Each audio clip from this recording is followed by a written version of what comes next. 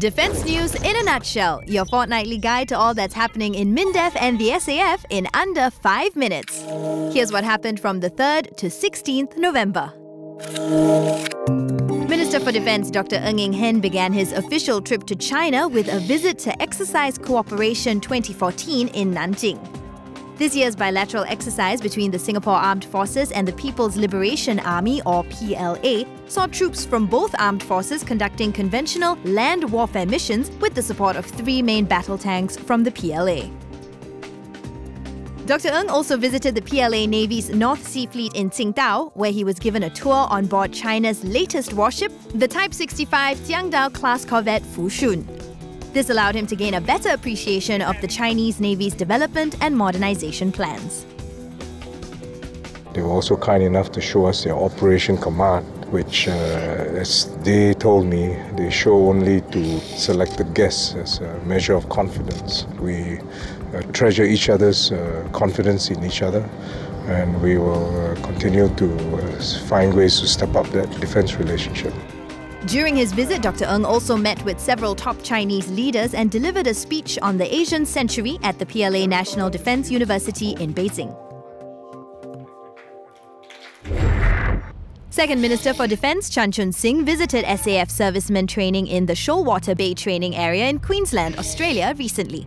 Accompanied by Australian Assistant Minister for Defense Stuart Robert, Mr. Chan saw troops from the SAF and Australian Defence Force, or ADF, conduct a joint beach assault from our Navy's fast craft, while performing a ship-to-shore maneuver with our Air Force's Apache AH-64s providing cover. The scenes were from Exercise Trident, a component of Exercise Wallaby. This was the first time combat troops from both armed forces had conducted joint drills at Exercise Trident, which involved more than 750 SAF and 43 ADF personnel. Exercise Wallaby involved more than 5,000 SAF soldiers and over 400 SAF platforms. It was the first time that the RSAF System for Hybrid Interceptor Knowledge of Recognized Air, or SHIKRA radar, took part in the 2-month-long exercise. This year's edition marked the 24th year of the SAF's training at the Shoalwater Bay training area and is a testament to the close and long-standing defence relationship between Singapore and Australia.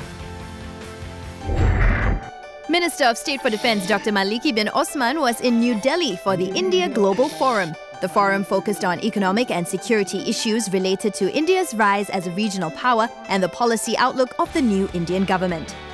Speaking at the forum, Dr. Maliki highlighted the threat of terrorism and maritime security challenges such as piracy as 2 key issues that required close international cooperation. As part of his trip, Dr. Maliki visited the joint military training between the Republic of Singapore Air Force and the Indian Air Force at Kalaikunda Air Force Station. For this joint training, our Air Force deployed its F-16D Block 52+ fighter aircraft to train with the Indian Air Force's MiG-21 and MiG-29 fighter aircraft. For more details on these stories, visit mindef.gov.sg. And here's what's buzzing on our social media channels.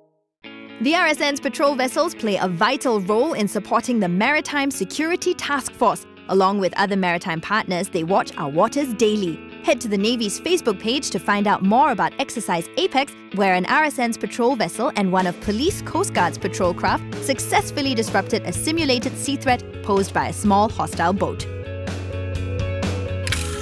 Over at the Defence Minister's Facebook page, get to know more about the defence scientists, technologists and engineers who received this year's Defence Technology Prize Awards. To all the winners, thank you for helping the SAF become the technologically advanced fighting force that it is today. Well, that's our defence news in a nutshell. Get to know us more through our social media channels. This is Sonia from Power 98, signing off.